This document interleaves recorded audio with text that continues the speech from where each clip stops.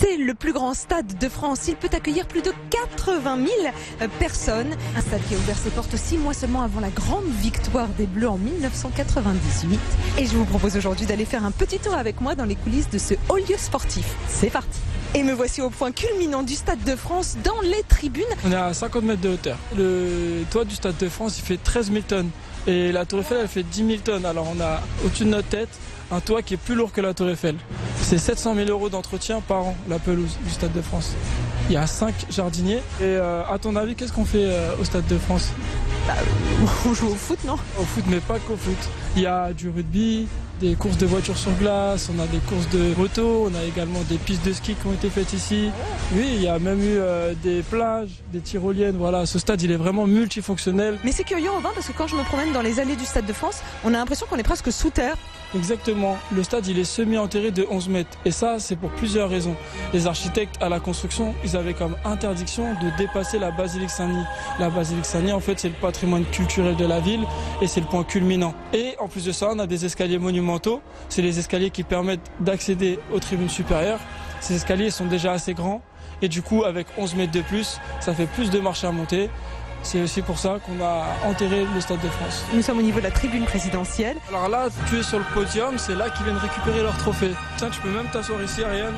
Et pourquoi je dois m'asseoir ici? Qu'est-ce qui se passe? C'est la place du président, c'est la 31-23. Waouh! Ça veut dire que je suis dans la peau d'Emmanuel Macron l'espace d'un instant, c'est ça? C'est ça.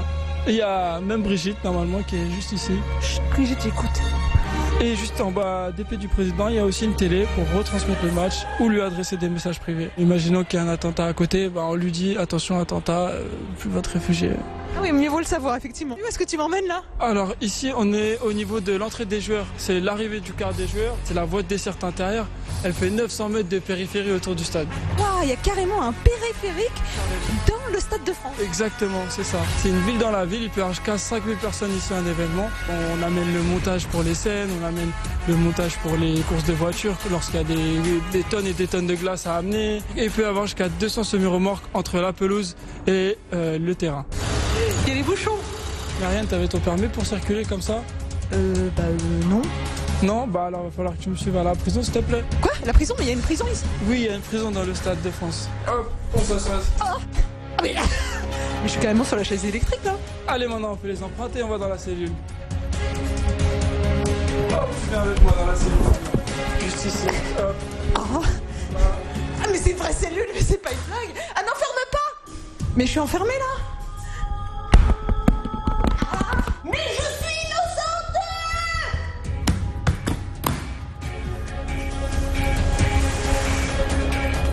J'ai même rien pour manger. Mais Ariane, c'était une blague, ça va pas? Je me sens pas très bien là, chaque fois. On va aller à l'hôpital alors. À l'hôpital? Il y a aussi un hôpital au Stade de France? Au Stade de France, suis-moi. Là, tu vas pouvoir te reposer 5 minutes pour que tu reprennes tes esprits. Mais c'est carrément une salle d'hôpital, c'est incroyable. Bon, moi j'attends le beau médecin. Je vais faire comme si je dormais. Je souffre. Il y a quelqu'un? Bon, je pense que je vais y aller. Mais il y a même une caserne de pompiers ici? Et des pompiers jour et nuit. Aujourd'hui, il y en a 2 et la nuit, il y en a 3. Un événement, ils sont une vingtaine. Alors là, on est devant une porte mythique, Robin, non? C'est exactement ça, c'est le vestiaire extérieur. C'est ici qu'on a gagné la Coupe du Monde 98. Waouh! Le vestiaire des joueurs de l'équipe de France. Zidane, Mbappé, Griezmann, non Griezmann. Ils sont pas là les joueurs pour de vrai? Non, ils sont pas là. Ils sont là que le jour du match. Sinon, ils viennent pas faire de visite. Pas de bol. Ribéry, Sacco, Makalele, Barthès. Il y a aussi un jacuzzi qui est un peu plus loin.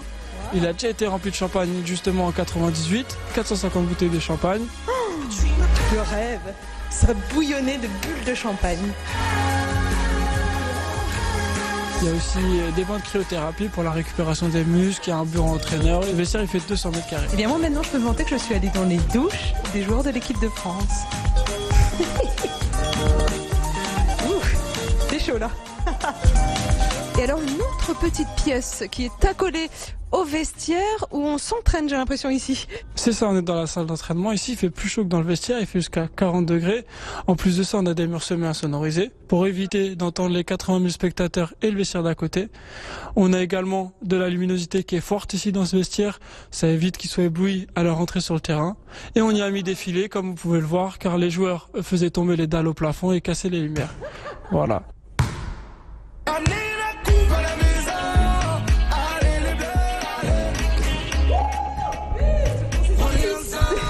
C'est sorti, mais c'est pas grave, c'est quand même un but. Je crois que je suis prête pour rentrer dans l'équipe de France de femmes. Wouhou!